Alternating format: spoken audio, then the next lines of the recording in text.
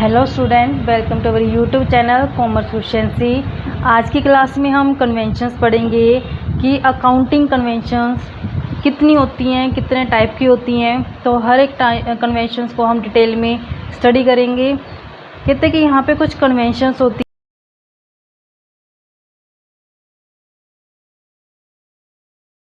हैं। कन्वेंशंस का मतलब क्या होता है बच्चों? नॉर्मली कन्वेंशंस को हम ये बोल देते हैं कि जस्ट एक कस्टम है। ये कस्टम्स जैसे कहते हैं ना कि हमारी फैमिली कस्टम है ये, वैसे ही अकाउंट की कुछ कस्टम्स होती हैं जिसे कन्वेंशन बोला जाता है। सबसे पहले आते हैं convention of full disclosure. Full disclosure नाम से क्लियर है कि फुल्ली डिटेल में जितने भी इंफॉर्मेशंस रिलेट करते हैं इकोनॉमिक अफेयर के साथ, हर एक इंफॉर्मेशन को डिटेल में बिल्कुल फुल तरीके से डिटेल में डिस्क्लोज़ किया जाए, कुछ भी इंफॉर्मेशन छोड़ी ना जाए। हर एक इंफॉर्मेशन को पूरे तरीके से प्रॉपर तरीके से डिस्क्लोज़ किया जाता है। जैसे कन्वेंशन ऑफ फुल डिस्क्लोजर का मीनिंग क्या है? This conventions require that all significant information relating to the economic affair of the enterprise should be completely disclose. कहते हैं ये कन्वेंशन बताती है कि जितनी भी ज़रूरी इंफॉर्मेशन होती हैं इकोनॉमिक अफेयर से रिलेटेड, इंटरप्राइज की इतनी भी काम से रिलेटेड इंफॉर्मेशन होती हैं, सारी की सारी इंफॉर्मेशन को कंप्लीट तरीके से डिस्क्लोज़ किया जाए। In other word there should be a sufficient disclosure of information which is of material interest to the user of the financial statement such as a proprietor, present and potential creditors, investors and other. कहते हैं अगर other words में बात की जाए, बिल्कुल sufficient तरीके से डिस्क्लोज़ करना इंफॉर्मेशन को, ताकि वो इंफॉर्मेशन है जो फाइनेंशियल स्टेटमेंट के काम में आ सके। प्रोप्राइटर के प्रेजेंट और पोटेंशियल क्रेडिटर, प्रेजेंट क्रेडिटर्स जो एट प्रेजेंट हमारे क्रेडिटर्स हैं, पोटेंशियल क्रेडिटर जो इन फ्यूचर में हमारे क्रेडिटर्स बन सकते हैं, जो इन्वेस्टर्स होते हैं जिन्होंने हमारी कंपनी के अंदर पैसा लगाना होता है, जो अदर्स होते हैं, इन सबको जो पूरी इंफॉर्मेशन मिल सके, इसलिए फुल डिस्क्लोजर कन्वेंशन का जो यूज़ किया जाता है बुक्स ऑफ अकाउंट्स के अंदर। The principle is so important that the Companies Act make apply provision for the disclosure of essential information in the financial statement of a company। कहते हैं कि जो फाइनेंशियल स्टेटमेंट होते हैं कंपनी की, तो फाइनेंशियल स्टेटमेंट के अंदर हर एक इंफॉर्मेशन को फुली डिस्क्लोज करना ज़रूरी होता है। The proforma and content of balance sheet and profit and loss account are prescribe by company act. किसमें हम पढ़ते हैं कि जो फाइनेंशियल स्टेटमेंट ऑफ कंपनी में क्या आती हैं, बैलेंस शीट आ जाती है और प्रॉफिट एंड लॉस अकाउंट आता है, जिसका परफॉर्मा है जो कंपनी एक्ट के तहत पहले से ही बना के हमें दिया गया है। वेरियस आइटम्स और facts which do not find place in accounting statement are shown in the balance sheet by way of foot note. जैसे कहते हैं कुछ इंफॉर्मेशन ऐसी होती हैं जिसको बैलेंस शीट के अंदर जगह नहीं मिलती, तो उसे बैलेंस शीट के फुट नोट में दिखाया जाता है। जैसे कॉन्टीजेंट लायबिलिटी होती है, कॉन्टीजेंट लायबिलिटी को बैलेंस शीट के अंदर दिखाया नहीं जाता, ये फुट नोट में दिखाई जाती है, क्योंकि कॉन्टीजेंट लायबिलिटी ऐसी लायबिलिटी होती है जो श्योर नहीं होती, ये अराइज हो भी सकती है और नहीं भी हो सकती। तो जब श्योर हो जाती है तब तो इसको बैलेंस शीट के अंदर लायबिलिटी साइड पर जगह मिल जाती है। जब तक ये श्योर नहीं हो जाती तब तक इसको फुट नोट में जो दिखाया जाते हैं। For instance, a claim of a very big sum pending in a court of law against the enterprise should be brought to the notice of the users of the financial statement, otherwise the statement would be misleading. कहते हैं जैसे example के लिए contingent liability मान लिया, कहते हैं claim किया गया, बहुत बड़ी अमाउंट पेंडिंग है, यानी कि कोर्ट के लॉ के अगेंस्ट है जो कुछ केस किया गया है, तो केस में बहुत बड़ी अमाउंट है जो पेंडिंग है। अगर वो अमाउंट डिस्क्राइब कर दी जाती है कितनी अमाउंट है जो वो पे करनी पड़ेगी कंपनी को, तब तो उसको लायबिलिटी साइड पे जगह मिल जाएगी। जब तक उसकी अमाउंट है जो नहीं श्योर होती कि कितनी अमाउंट पे करनी पड़ सकती है कंपनी को, तब तक वो कॉन्टीजेंट लायबिलिटी ही मानी जाएगी, उसको फुट नोट में ही दिखाया जाएगा। If there is a change in the method of valuation of stock, कहता है जैसे स्टॉक के वैल्यूएशन का मेथड चेंज कर दिया है, स्टॉक का वैल्यूएशन करने के बहुत सारे तरीके होते हैं बच्चों। जब आप आगे आने वाली क्लास में पढ़ोगे बीकॉम में, तो उसमें आपको पता चलेगा बहुत सारे मेथड्स होते हैं स्टॉक का वैल्यूएशन करने के। जैसे फिफो मेथड होता है, first in first out, LIFO method होता है, लास्ट इन फर्स्ट आउट। तो आगे आने वाली क्लासेस में आपको पता चलेगा। अगर कहते हैं कि वैल्यूएशन ऑफ स्टॉक का मेथड चेंज कर दिया गया है, या फिर प्रोवाइडिंग डेप्रिसिएशन और in the making provision for doubtful debt, it should be disclose in the balance sheet by way of footnote. कहता है कि अगर वैल्यूएशन ऑफ स्टॉक का मेथड चेंज कर दिया गया, अगर डेप्रिसिएशन चेंज कर दिया गया है, डाउटफुल डेट का प्रोविज़न चेंज किया गया है, तो इन सब को कहता है बैलेंस शीट के फुटनोट में शो किया जाएगा। जो मार्केट वैल्यू होती है इन्वेस्टमेंट की, should be given by way of footnote. कहता है मार्केट वैल्यू जो इन्वेस्टमेंट की होती है उसको फुटनोट के अंदर जो वो शो किया जाता है कि एट प्रेजेंट मार्केट वैल्यू क्या है इन्वेस्टमेंट की।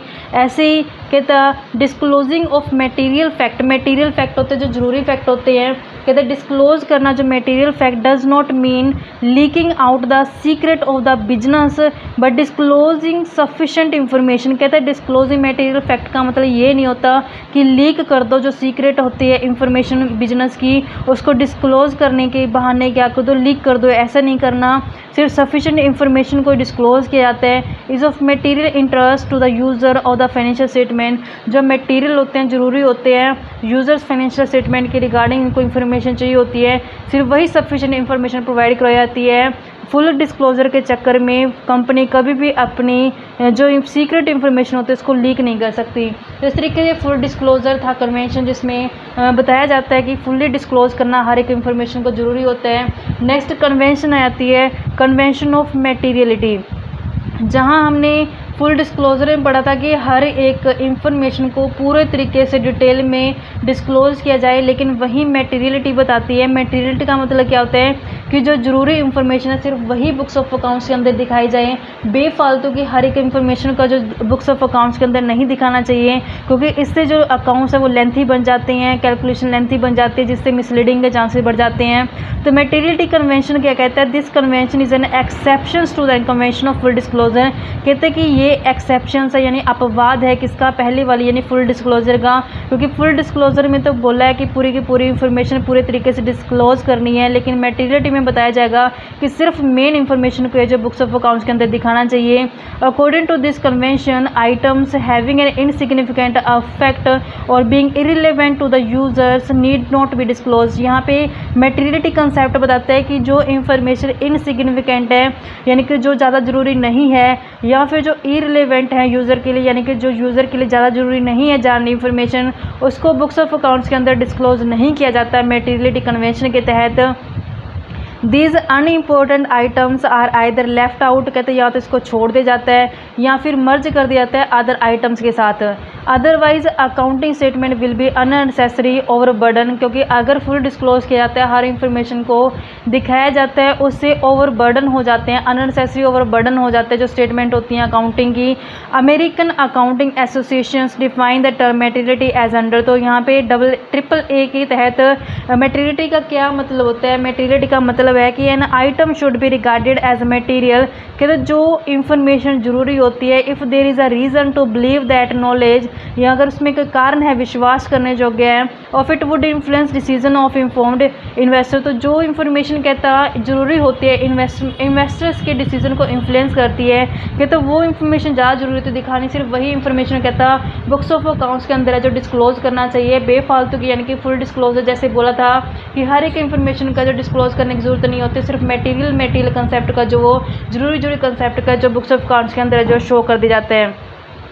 जैसे कॉलर के हिसाब से कहते हैं materiality is a characteristics attaching to a statement. कहते हैं मटेरियलिटी का क्या मतलब है, कहते हैं फैक्ट और item where by its disclosure और the method of giving its expressions would be likely to influence the judgement of the reasonable person. कहता है कि यहाँ पे सिर्फ उन्हीं मेथड्स को, उन्हीं रीजनेबल्स इंफॉर्मेशन को जो इंक्लूड किया जाए अकाउंटिंग स्टेटमेंट के अंदर जो ज़रूरी होते हैं रीजनेबल पर्सन के लिए, जब वो जजमेंट करते हैं फैसला लेते हैं, उसकी फैसला लेने में जो इन्फॉर्मेशन जरूरी होती है सिर्फ वही इन्फॉर्मेशन क्या किया जाए यहाँ पे दिखाया जाए। It should be noted that what is material for one concern may be immaterial for another. कहते हैं यहाँ पे नोट करने वाली बात ये है कि जो चीज़ एक फर्म के लिए कंसर्न के लिए ज़रूरी होती है, ज़रूरी नहीं वही चीज़ सेम चीज़ जो होती है दूसरी कंसर्न के लिए ज़रूरी हो, क्योंकि मेरी ज़रूरत अलग हो सकती है, मेरी फर्म की ज़रूरत अलग है, क्योंकि मैं अपनी सोच के हिसाब से कुछ और मटेरियलिटी को प्रेफर करती हूँ। दूसरी फर्म है जो वो अपनी मटेरियलिटी से अपनी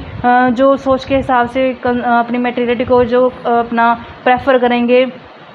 for instance the cost of small tools may be material for a small repair workshop. जैसे एग्जांपल के लिए कहता है जो स्मॉल टूल्स की रिपेयर होती है, हो सकता है वो ज़रूरी हो, लेकिन स्मॉल जो वर्कशॉप होते हैं, लेकिन यही जो फिगर होती है वो इमेटेरियल हो सकती है, जो एक्सपोर्ट्स लिमिटेड होते हैं, जो बड़ी बड़ी कंपनीज होती हैं। Similarly the nature of the transaction should also भी टेकन इनटू कंसिडरेशन। तो देखा जाएगा कि नेचर है क्या ट्रांजेक्शन का, उसको ध्यान में रखा जाएगा।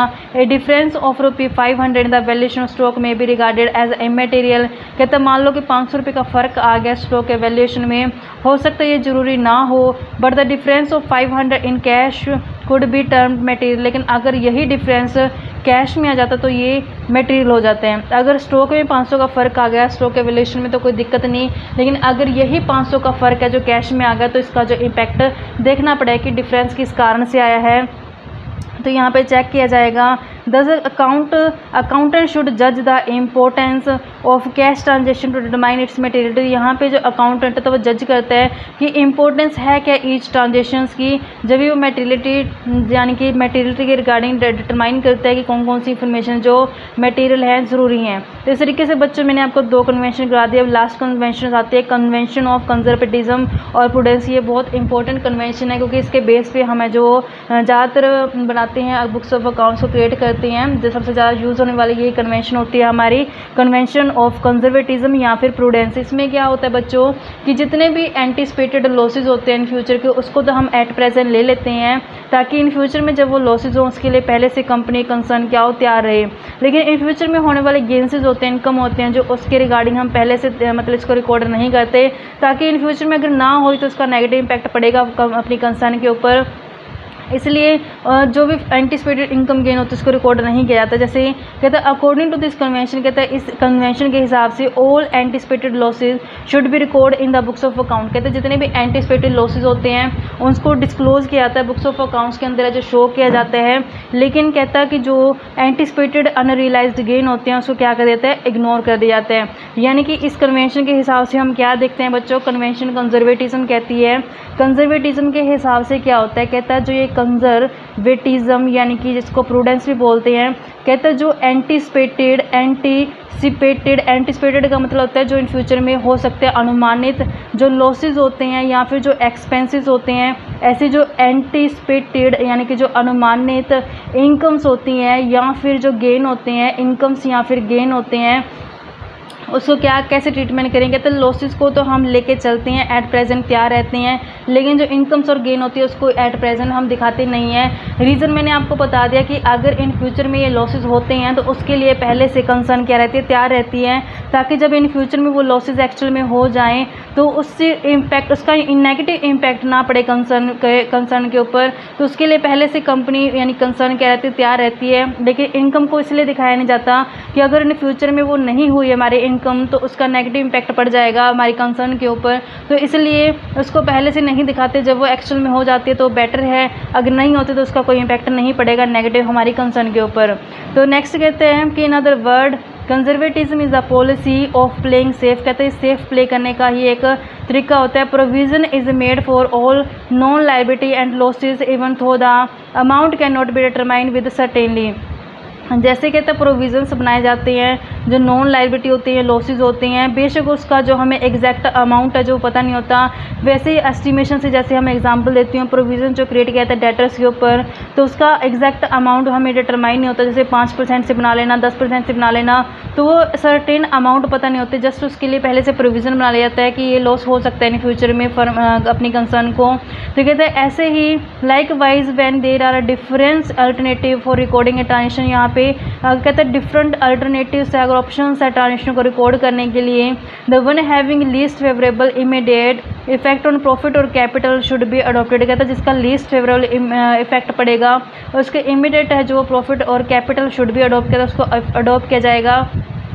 यानी कि जिसका कम से कम फेवरेबल इम्पैक्ट पड़ता है उसको इमीडिएट इफेक्ट जो पड़ेगा उसका प्रॉफिट या फिर कैपिटल के ऊपर उसको क्या कर दिया जाता है, अडॉप्ट कर लिया जाता है। कहता है following are the examples of the applicable और एंटिसिपेटेड कंजर्वेटिज्म। जैसे इसमें एग्जांपल क्या आते हैं, कहता है जैसे क्लोजिंग स्टॉक को वैल्यूएशन किया जाता है कॉस्ट प्राइस या रियलाइजेबल प्राइस इमेज जो कम होता है उसके ऊपर लिया जाता है। ऐसी provision for doubtful debt create किया जाता है कि इतने एक्चुअल में मतलब एंटिसिपेशन किया जाता है कि इतना अनुमान है कि डेटर है जो बैड हो सकते हैं, पैसा डूब सकते हैं। ऐसे जो जॉइंट लाइफ इंश्योरेंस पॉलिसी होती है उसको सरेंडर वैल्यू पे शो किया जाता है ना कि अमाउंट पे के ऊपर। जो प्रोविज़न होता है pending law suit against the firm, जैसे कई बार फर्म के अगेंस्ट केस पड़े होते हैं, पेंडिंग पड़े होते हैं, विच में आइदर भी डिसाइडेड इन इट्स फेवर, हो सकता है कि इन फ्यूचर में उसकी फर्म के फेवर में वो डिसाइड हो जाए। तो इस तरीके से ये कंजर्वेटिज्म थे। तो कहता है इसका इफेक्ट क्या पड़ता है कन्वेंशन का, the convention of conservatism should be used very continuously otherwise it will have to effect. कहता है कि इसके दो इफेक्ट पड़ते हैं कि जो प्रॉफिट एंड लॉस अकाउंट होता है उससे हमारे प्रॉफिट क्या होते हैं, कम हो जाते हैं एक्चुअल प्रॉफिट कंपेरेटिवली, क्योंकि जो प्रोविज़न बनाए जाते हैं वो आउट ऑफ प्रॉफिट क्रिएट किए जाते हैं। वो आउट ऑफ प्रॉफिट क्रिएट करने से प्रॉफिट क्या हो जाते हैं, कम हो जाते हैं, यानी कि एक्चुअल प्रॉफिट से हमारे प्रॉफिट क्या आ जाएंगे, कम आ जाएंगे अगर हमने यूज़ किया कन्वेंशन कंजर्वेटिज्म वाली। ऐसे जो बैलेंस शीट होती है वो डिस्क्लोज करेगी अंडर स्टेटमेंट ऑफ असेट को और ओवर स्टेटमेंट करेगी लायबिलिटी को in comparison to the actual value, यानी एक्चुअल वैल्यू कंपेरेटिवली जो असेट होगी वो तो कम दिखाई जाएगी और जो लायबिलिटी होगी वो ज़्यादा दिखाई जाएगी। The above mention effect will result in creation of secret reserve. तो इसका इफेक्ट क्या पड़ेगा, इससे सीक्रेट रिजर्व क्रिएट कर सकती है एक फर्म जो होती है which is in direct conflict with the convention of full disclosure, जो इसका एक डायरेक्ट कॉन्फ्लिक्ट क्रिएट करती है ये जो फुल डिस्क्लोजर कन्वेंशन के तहत। तो इस तरीके से बच्चों ये था कन्वेंशंस आपको मैंने 3 कराई है। एक तो कहता है फुल डिस्क्लोजर करना चाहिए, नेक्स्ट में कहता है कि फुल नहीं सिर्फ मटेरियल चीज़ें दिखानी चाहिए। तीसरा कहता है कंजर्वेटिज्म यानी कि एंटिसिपेटेड लॉसेस को ले लो लेकिन एंटिसिपेटेड इनकम को मत लो। तो इस तरीके से ये कन्वेंशन थी। अब इसके बाद मैं आपको नेक्स्ट क्लास में इसके जो प्रिंसिपल्स बनते हैं बच्चों, कंसेप्ट बनते हैं जो इसके, वो मैं आपको जरूर करवाऊँगी। तो ऐसी रेगुलर क्लासेस देखने के लिए आप मेरे चैनल कॉमर्स प्रोफिशिएंसी को सब्सक्राइब, लाइक एंड शेयर करें।